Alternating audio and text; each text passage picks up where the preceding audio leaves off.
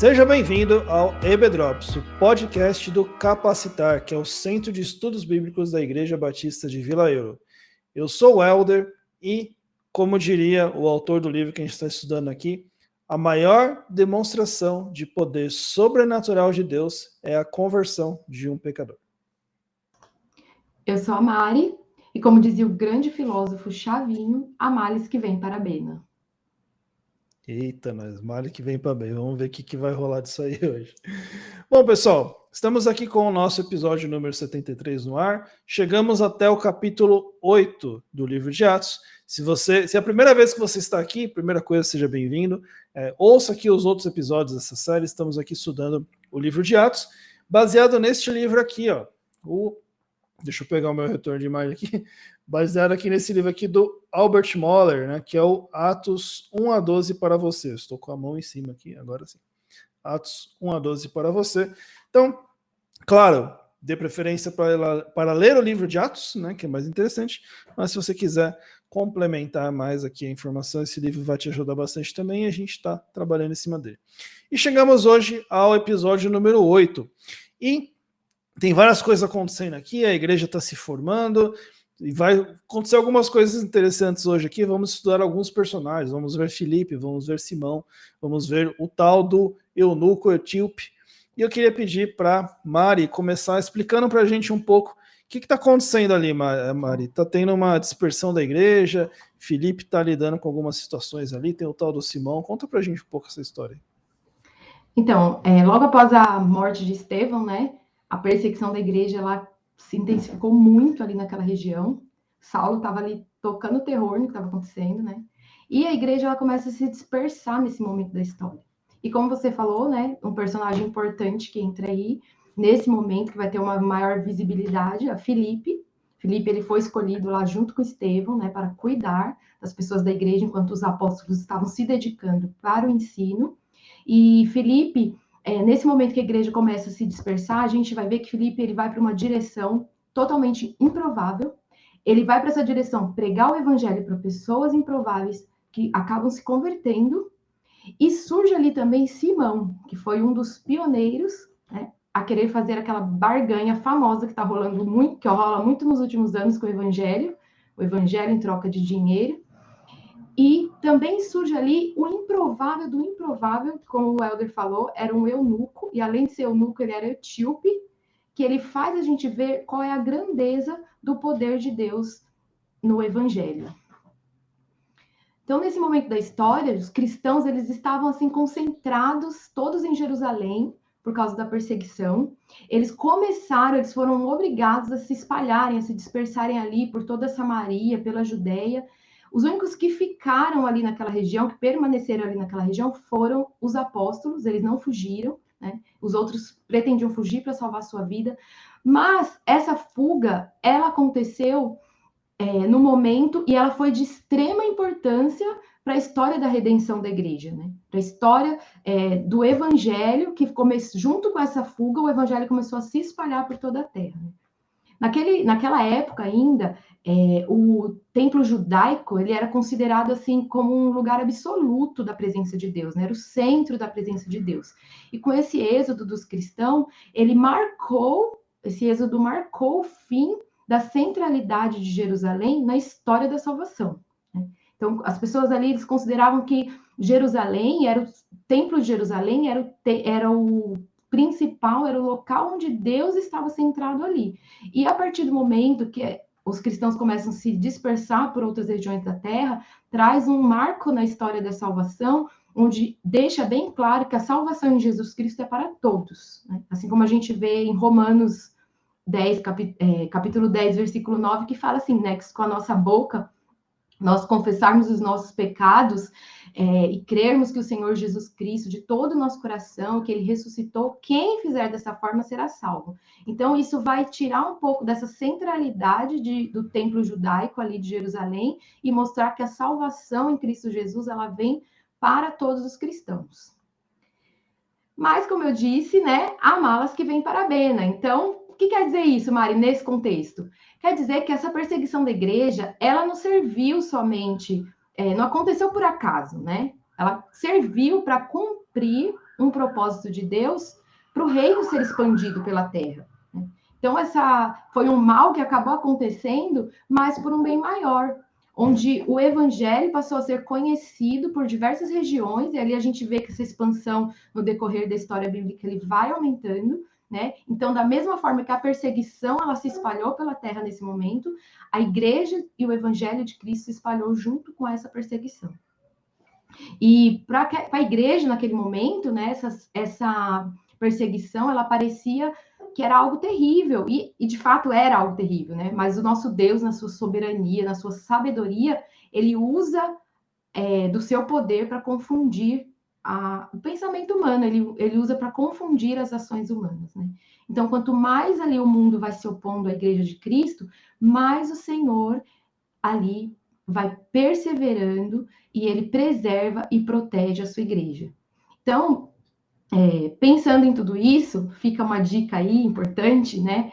Quando a gente vê muitas pessoas, muitos religiosos, né, entrando em discussões bíblicas, em debates via Facebook, Instagram e outras mídias sociais, a fim de defender o evangelho, de defender tradições e baseando-se em textos bíblicos muitas vezes aleatórios, a gente vê que Jesus ele não precisa dessa defesa, né?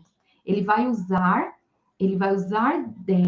do evangelho e ele próprio vai proteger o evangelho e vai usar essa oposição que se levanta contra a igreja a fim de proteger o evangelho e usar isso para espalhar ainda mais o evangelho e confundir o mundo em relação àquilo. Então, quando a gente vê pessoas dando mau testemunho aí em nome, em prol de do reino de Deus, a gente tem que parar e refletir e pensar que a defesa mais importante que a gente pode ter do evangelho é seguir os passos de Jesus Cristo. É caminhar de acordo com a vontade de Deus, agir de acordo com a vontade de Deus, fazer o que Jesus, perguntar-se o que Jesus faria em determinadas situações. Será que Jesus entraria hoje em dia nesses debates polêmicos aí de ideologias e tudo mais, para defender o reino? E, de fato, nós devemos descansar em Deus, que o restante, essa defesa do reino, quem vai fazer é Ele. Na verdade, quando a gente entra em determinados temas polêmicos e debates e expõe o evangelho de forma errônea, a gente acaba aumentando essa perseguição contra a igreja de Cristo nos dias atuais. Então, fica a dica aí, pense antes de espalhar conflitos, entrar em conflitos e brigas na internet, e pense que o seu testemunho vale muito mais, é a maior defesa que você pode fazer em prol do evangelho, em prol do reino. Interessante, Mari, rapidinho, um comentário só que sem essa perseguição, provavelmente o evangelho não teria se espalhado na região, né? Sim, com certeza. Porque assim, estava difícil em Jerusalém, né? Porque eles estavam sendo muito perseguidos, gente sendo morta na rua, estava muito complicado mesmo. Mas a tendência natural nossa, quando o negócio está difícil, é você ficar perto daqueles que são próximos, né? Então, no caso, a igreja, ali, a tendência natural seria que eles ficassem ali realmente juntos para se ajudarem, enfim, naquela situação difícil. Mas ao decidirem fugir, né, se espalhar, etc., eles continuaram pregando na região, então o evangelho, realmente aquela nova diáspora aconteceu ali, e por isso que o evangelho chegou provavelmente até nós hoje, né, se não tivesse ocorrido aquelas fugas ali, realmente a mensagem não teria se espalhado, né? Exatamente. E no meio desse contexto todo aí dessa perseguição, a gente encontra no capítulo 8 um ênfase na história de Felipe, né? Felipe era um cristão judeu, que assim como Estevão, ele se tornou responsável, né, por cuidar ali do povo que estava se convertendo, dos novos cristãos da igreja, ali enquanto os apóstolos cuidavam do estudo da palavra. E Felipe, ele também saiu de Jerusalém por causa desse momento de perseguição, por causa dessa muvuca que estava acontecendo ali, né? Só que Felipe, ele partiu, como eu disse ali no início, para uma direção totalmente improvável, né? Se ele fosse seguir uma lógica teológica do judaísmo, ele teria evitado essa região a todo custo, porque só lembrando que, como diria por aí, hoje em dia o ditado judeu, samaritano para os judeus não era gente, né? Então a salvação não era para eles. E só que através da transformação do Espírito Santo já ali na vida de Felipe, e de seguir o direcionamento de Deus, que com certeza ele não saiu para nenhuma região aleatória, né? Ele foi direcionado até essa região porque Deus tinha um propósito muito grande ali. E só para a gente destacar aqui nesse texto que Felipe ele não era um renegado, não era um desigrejado ou saiu independente por ele mesmo para pregar o evangelho onde ele queria. Pelo contrário, ele saiu para aquela região com a bênção dos apóstolos e com total apoio dos apóstolos. Tanto que mais para frente a gente vai ver que Felipe que os apóstolos tem 2 deles que vão de encontro a Felipe lá em Samaria e também pregam o evangelho lá nessa região. Então, ele traz aqui um ensinamento em que nós precisamos, como corpo de Cristo, estar em unidade nas nossas decisões, estar em unidade no evangelho que a gente está pregando, no ensinamento que a gente está trazendo. É um ensinamento precioso que Felipe traz aqui, que a gente precisa ter, sim, essa união, essa unidade no corpo de Cristo. E por lá ele pregava esse evangelho com muita autoridade. E a Bíblia fala que eles prestavam e todos davam atenção ao que Felipe estava falando. Ele não ficou falando, jogando palavras ao vento. As pessoas paravam para escutar o que Felipe estava falando. E Lucas, ele relata no capítulo 8 que muitos sinais, muitas maravilhas acompanhavam Felipe por onde ele pregava. E isso começou a atrair a atenção das pessoas, chamar a atenção de muitos. E entre essas pessoas estava um homem que era considerado um homem extremamente importante ali naquela região, que era o famoso Simão. O que Simão era? Simão era um mago, e ele próprio se considerava muito importante, né? E segundo o povo samaritano, desde as criancinhas até os mais velhos, eles falavam que Simão era uma representação do poder de Deus. Né? E Simão, ele trabalhava ali com feitiçaria, né? Trazia algumas coisas que eles acreditavam, né, até mesmo pela falta do Espírito Santo, da compreensão do Espírito Santo, eles acreditavam que Simão representava ali o poder de Deus. Só que quando Felipe chegou por ali, Felipe, ele trouxe uma mensagem para os samaritanos, e os samaritanos começaram a perder o interesse naquilo que Simão falava, naquilo que Simão fazia, e começaram a ficar encantados com Jesus Cristo. Eles começaram a se apaixonar, né? Se encantar com os ensinamentos que Felipe trazia a respeito de Jesus. E até mesmo o próprio Simão, ele começou a desenvolver um interesse por tudo aquilo que Felipe fazia ali, pelos aqueles sinais, principalmente, a gente vai ver mais para frente, que ele se interessava especialmente pelos sinais que acompanhavam as pregações, as palavras que Felipe trazia, né? Então, a gente vai vendo no decorrer da história também que mesmo com toda essa situação, mesmo pregando quando Felipe estava pregando ali para o povo samaritano, Felipe ele deixava claro que a união com Cristo ela não dependia de nenhuma identidade étnica. Era a união com Cristo que era a porta de entrada para o reino de Deus. Né? Então era através dessa união que Felipe ia que o cristão, que o ser humano poderia se aproximar de Deus através do relacionamento com Cristo, através da presença do Espírito Santo, a partir disso, habitando na vida da pessoa, que essa pessoa podia ter um encontro verdadeiro com Deus, né? Independente de etnia, independente de onde essa pessoa estava, né? E isso nos mostra que é o verdadeiro significado da nova aliança em Jesus Cristo, que essa nova aliança em Jesus Cristo, ela vai incluir todas as pessoas.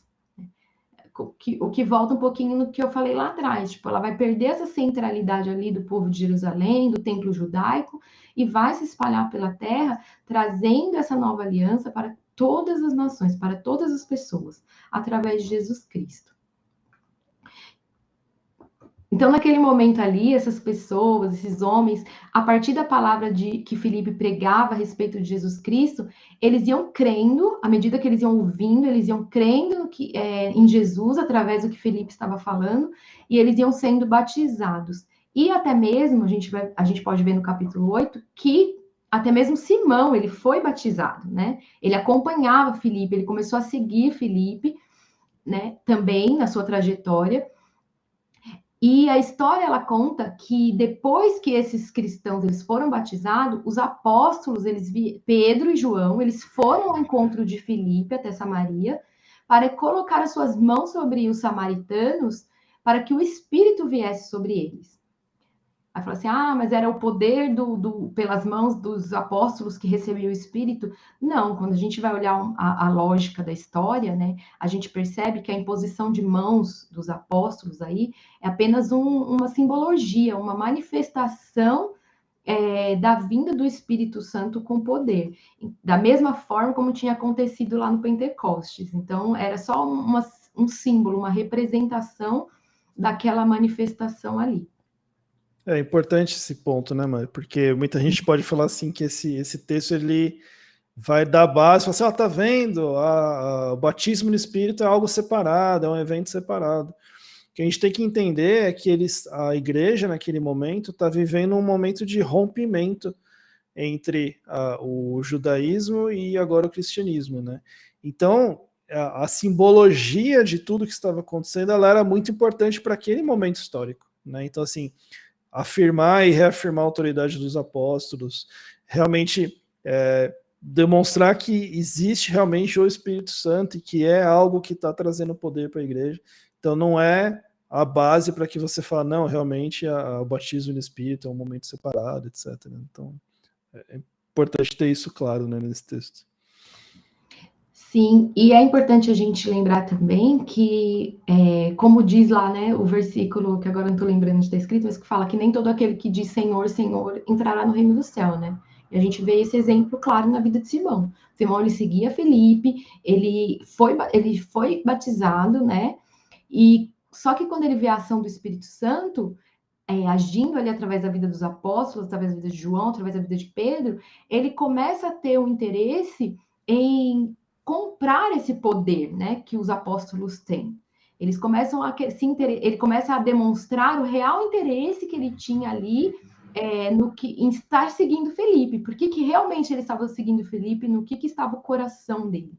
E quando ele começa a demonstrar esse interesse e ele chega para oferecer dinheiro ali para os apóstolos em troca desse poder, Pedro ele repreende Simão de uma forma severa, né? Ele não passa a mão na cabeça, ele não, olha, veja bem, não é bem assim, não.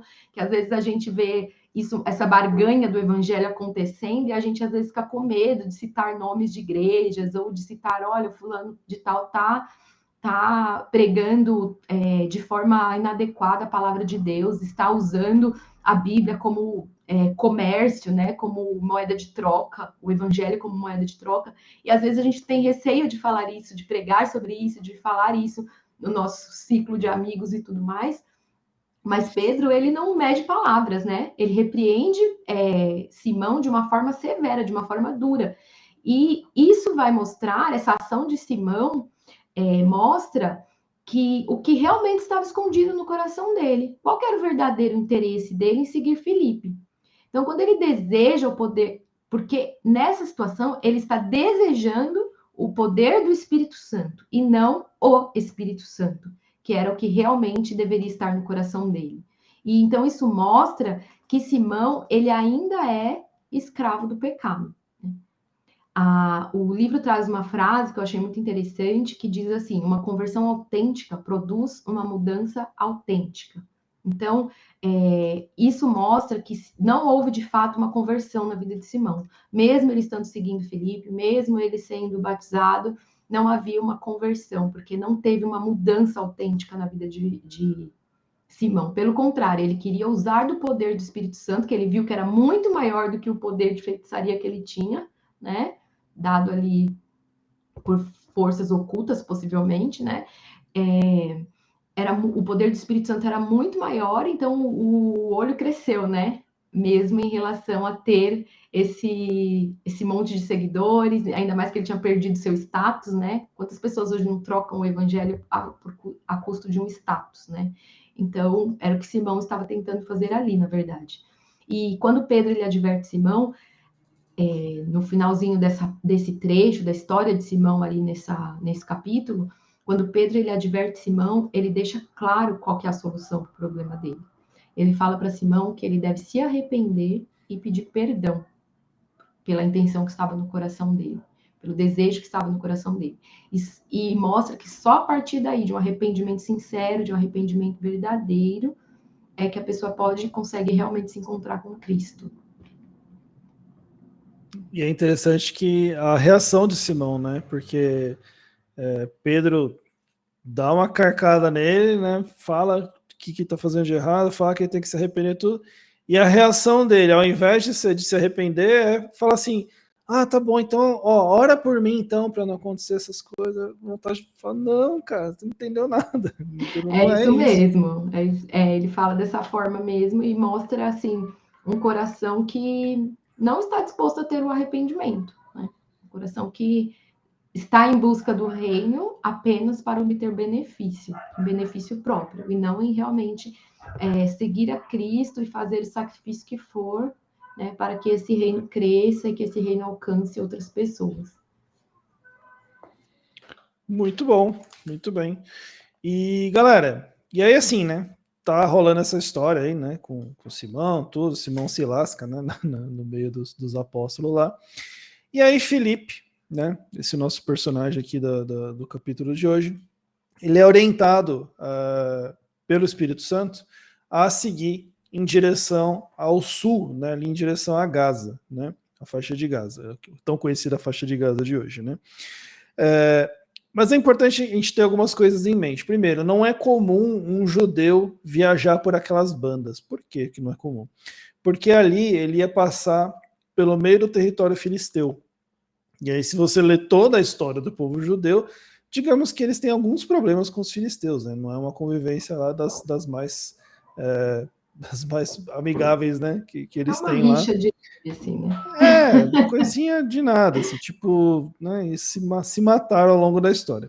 Então, a primeira coisa que a gente tem que parar para pensar aqui é o seguinte: que quando você decide realmente seguir a vontade de Deus na sua vida, pode ser que você vá para lugares que você não imaginava ir, né? Quaisquer que sejam, tá? Não vou colocar nomes, mas Deus vai te levar onde Ele quiser, né? Se você estiver disposto a fazer a vontade dele. Então, ele vai lá em direção, né, a Gaza ali, e aí fala o seguinte, ó, o autor fala o seguinte num texto aqui, ele fala: ó, o anjo do Senhor aparece a Filipe e, sem dar qualquer explicação, manda que ele vá para o sul, né? E aí ele teve essa atitude de obediência. Quando ele está indo lá em direção ao sul, ele se depara com o texto fala assim que é um oficial, né, da rainha da Etiópia, né, eunuco. Né? Por que o texto enfatiza o fato dele ser eunuco? Né? Porque assim, poderia simplesmente falar assim: tinha ali um etíope, ou tinha ali um oficial da rainha da Etiópia, né, que era realmente que ele era encarregado dos bens ali da rainha, tudo. Então, mas o texto enfatiza o fato dele ser eunuco. Porque, primeiro, o fato dele, o etíope ali na época, né, principalmente para os romanos, né, que era o povo dominante ali, a Etiópia era considerada tipo o fim do mundo.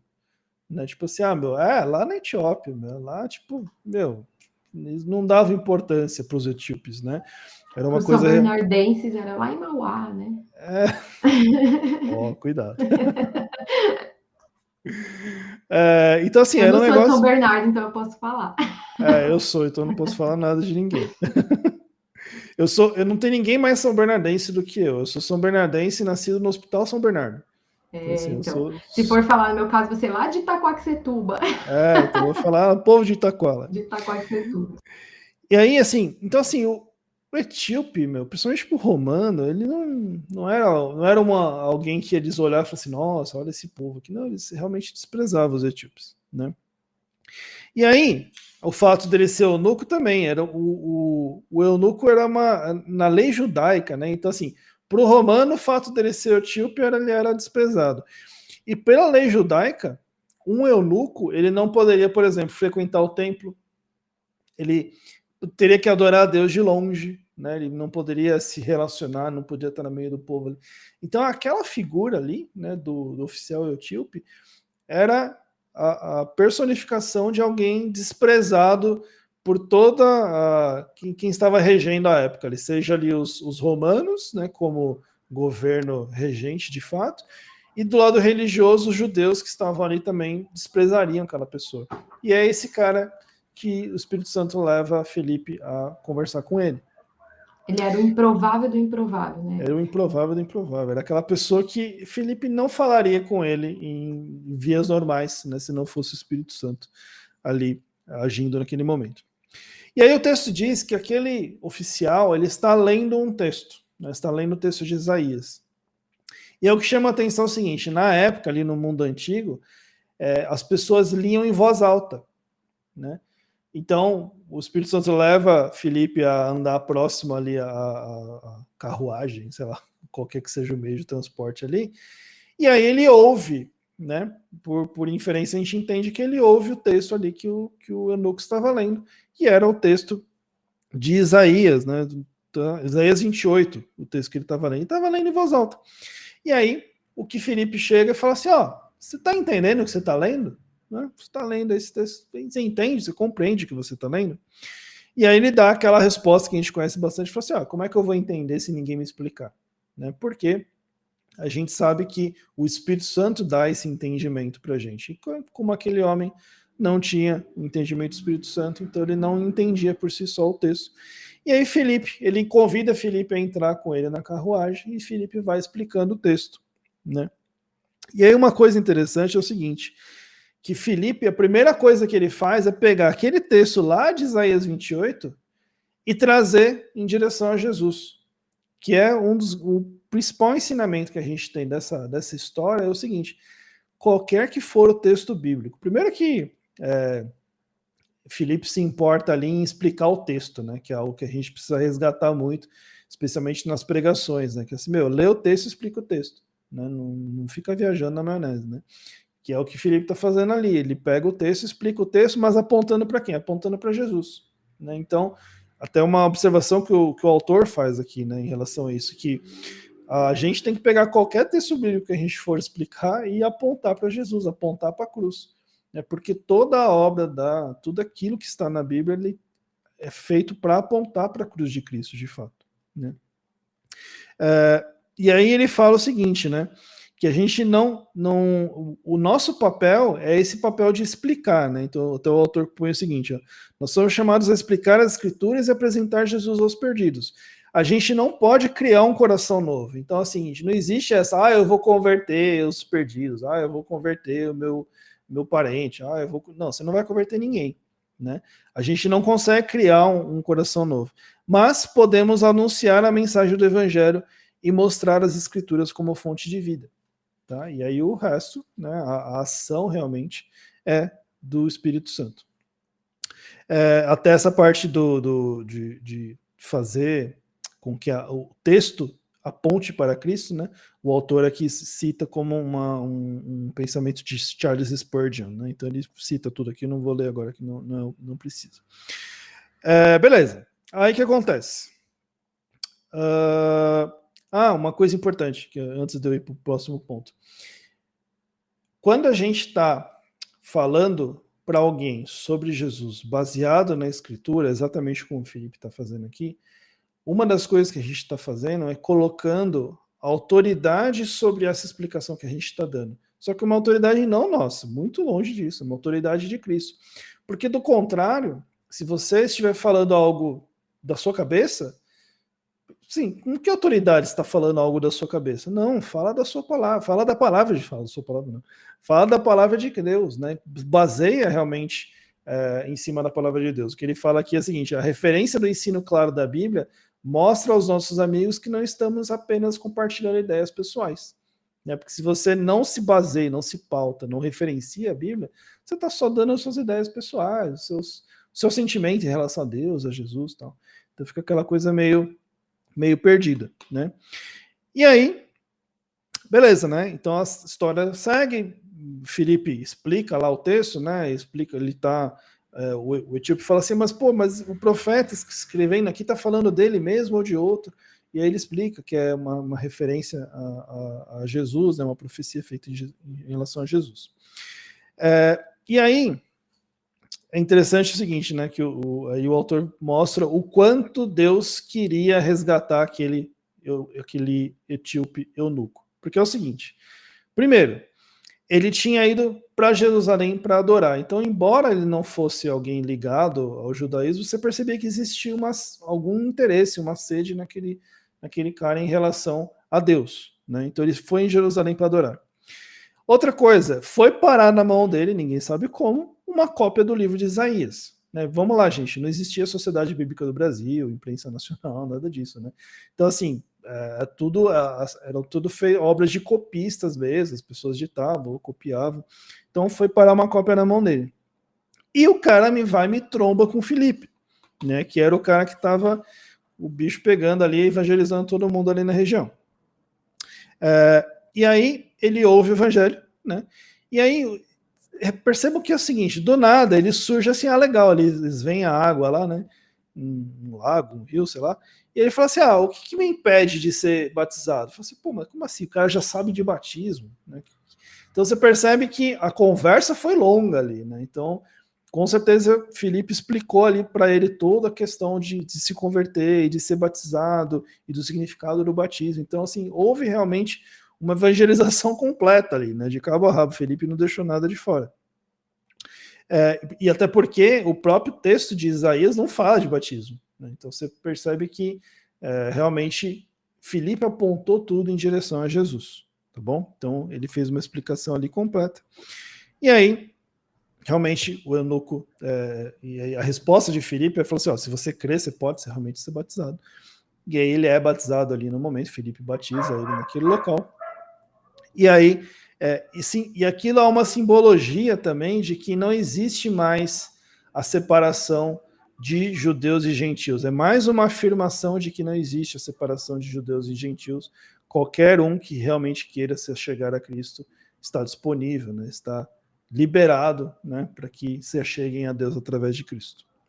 Ô, Helder, eu acho bacana esse trecho também do batismo, aqui Felipe ele fala, né, sobre o batismo com o eunuco, é que isso também mostra que, assim, a Bíblia fala, todo aquele que crê, for batizado, será salvo, né? Então, o batismo vem como uma ordenança de Deus, né? Então, quando ele entra na questão do batismo, ele já vai mostrando que o evangelho, ele exige uma obediência, né, à palavra de Deus. E quando nós cremos em Jesus Cristo, no nosso coração vai gerar esse desejo de obedecer a Deus, independente da circunstância. Então, a gente vê ali que, independente da circunstância que estava o eunuco, surgiu nele o desejo de ser batizado, né? Uhum. Que é esse desejo de obedecer a Deus. Muito bom, é verdade. Eu lembro até uma frase do nosso saudoso pastor Ori, né, que ele falava assim que o batismo não é para a salvação, mas ele é para os salvos. Né? Então, se você é salvo, Exatamente. se batiza, vai se batiza, é obediência, é mandamento. Mas o ladrão da cruz não foi batizado. Realmente, ele não tinha como, ele estava preso na cruz, ele morreu minutos depois. Mas ele se converteu, então Jesus fala, então daqui a pouco eu vou te ver no paraíso. Mas se ele tivesse a oportunidade, se ele tivesse sobrevivido, com certeza ele iria ser batizado. Tá bom? E aí, finalmente, né, acontece ali, ele é batizado, etc. E aí o texto finaliza dizendo o seguinte, que Filipe é levado embora pelo Espírito, lá no versículo 39 do capítulo 8, né, para continuar ali sua pregação, né. Tudo indica, o texto não fala, tá, mas tudo indica que, de fato, Filipe sumiu, tá, desapareceu ali da frente do eunuco. É o que o texto dá a entender. E aí vai aparecer em outra cidade, uma cidade chamada Azoto. E é interessante que aparentemente o eunuco não dá muita bola para isso, porque ele está tão feliz pelo fato dele ter sido recebido por Deus, que aí ele segue o caminho dele rumo à Etiópia. Esses acontecimentos era algo comum, né, naquele tempo, milagres e maravilhas e coisas sobrenaturais acontecendo, né? Então, imagino que depois que isso aconteceu, né, na minha cabeça, Mari, a Bíblia não fala nada sobre isso, o eunuco deve ter ficado ainda mais maravilhado com a demonstração do poder de Deus, vendo ali Felipe simplesmente desaparecer, né? Muito bom, verdade.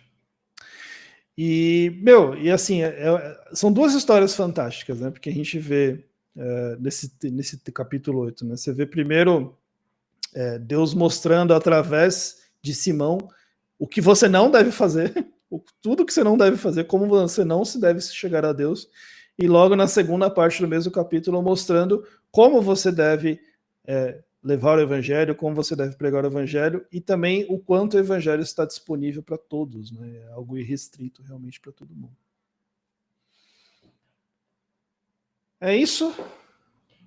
Para finalizar aqui, né, a minha parte aí dessa conversa, eu queria ler algo que o autor ele fala aqui no finalzinho desse capítulo que eu achei super interessante, né? Eu grifei aqui para ler mesmo o que está falando, né? Ele fala assim: é tentador nós querermos a demonstrações sobrenaturais do poder de Deus, né? Só que Deus, no entanto, ele tem prazer em usar a sua palavra escrita para converter aquele que foi perdido e expandir o seu reino.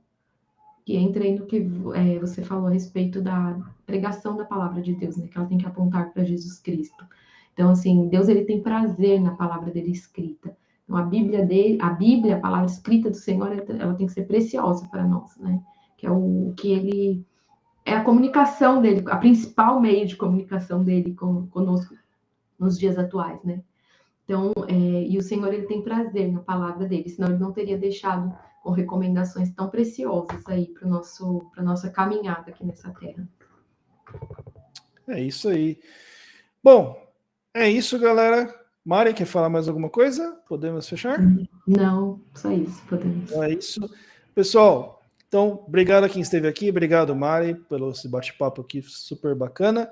E, pessoal, é o seguinte, semana que vem, episódio 74, não se esqueçam, se puder, leia o capítulo 9 de Atos, porque você já chega no episódio com o assunto tinindo na cabeça, e se tiver oportunidade também, vai lá e compra o livro, tá bom? A gente não está sendo patrocinado pela editora, mas poderíamos ser. Então, se a Vida Nova quiser patrocinar o EB-Drops, tá bom? Fala com a gente aí. E é isso, galera. Uma boa semana a todos e até o próximo episódio. Tchau, tchau. Tchau, tchau.